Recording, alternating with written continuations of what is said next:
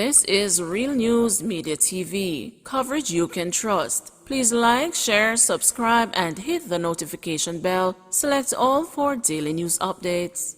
Good morning, my Real News Media TV family. Thank you so much for tuning in this morning, and I'm wishing for everyone a wonderful and a productive day.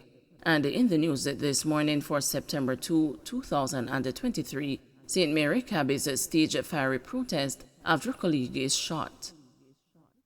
A section of the Port Maria Main Road in St. Mary was temporarily blocked Friday afternoon by angry taxi operators protesting the shooting of one of their colleagues.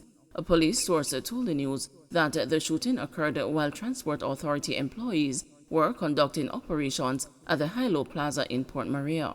According to the police source, a member of the Public Safety and the Traffic Enforcement Branch approached a taxi operator known as Rampa, who plies the Port Maria to Kingston route.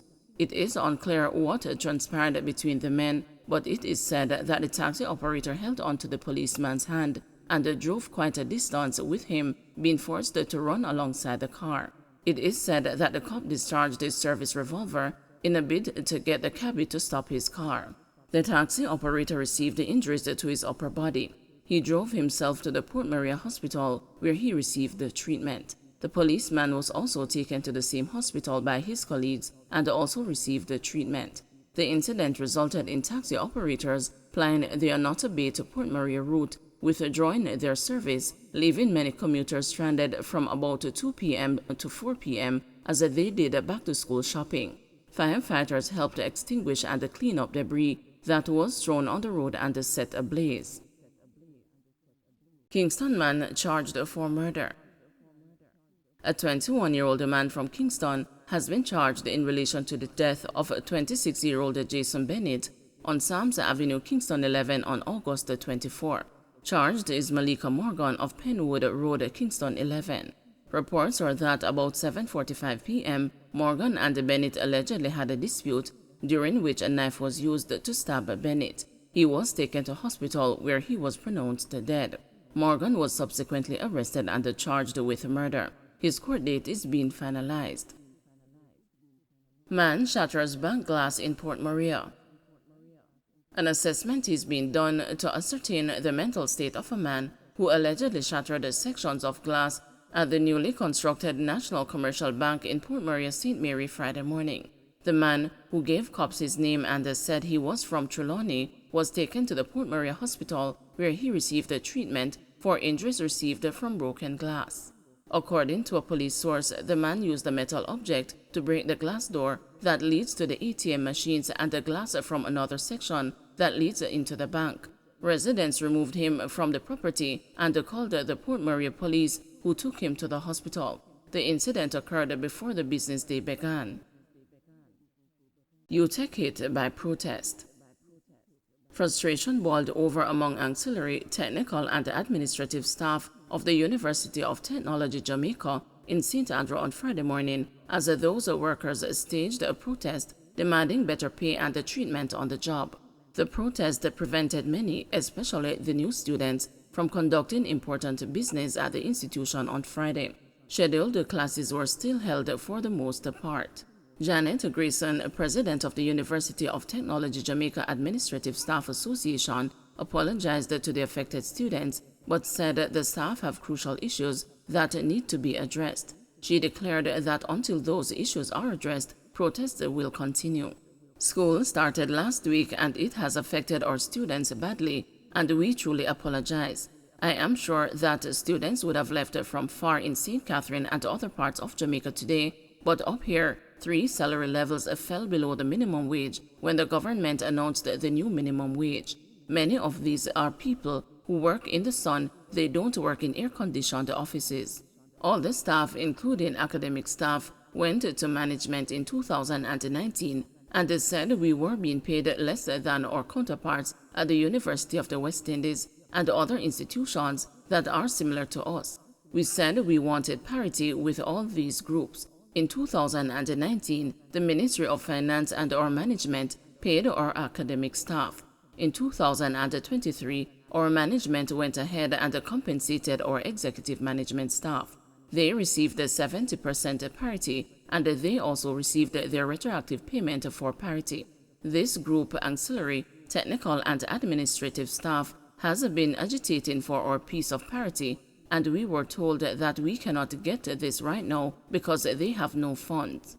We went to the Ministry of Finance and the Ministry of Labor this year and the Ministry of Education.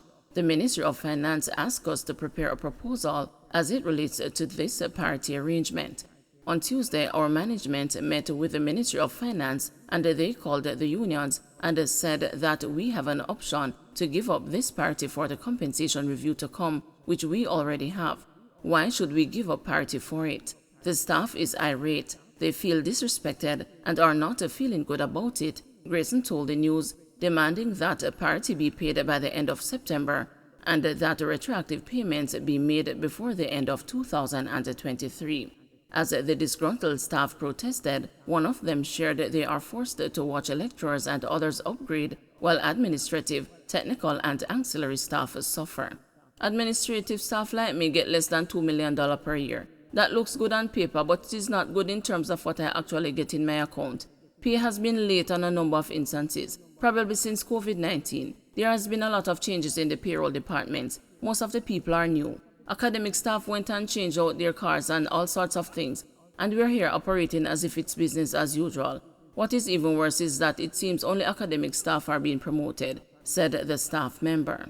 She added, there was a time when you could take $20,000 at least and go to the supermarket. I can't do that now. That is crazy. The salaries for the academic staff without any increases are fine. Regular academic staff get around $3 million to $4 million per year. Deans of faculties get up to $10 million. If we were to go back to the 2019-2020 annual report, the management salaries at that time would shock you. There were some senior academic staff who were getting more than the president. The president got somewhere in the region of $12 million and $14 million, while there were senior academic staff that got like $16 million to $17 million annually. There were some senior administrative staff above us. One or two of them were getting close to $19 million, the staff member claimed. Another frustrated member of staff lamented that cost of living is increasing every day and said their pay can barely support them and their families. Some of us have cars and we can't do any repairs, buy parts or anything. Petrol prices are rising and our income is not. We can't even go to the supermarket. The academic staff can change their cars, but we can't. It is the same beat-up car we have had for many years. I have been trying to live within my means, but it is a struggle. If I were to get a little bit of increase, because I am so disciplined, I would be on easy street, the staff member said.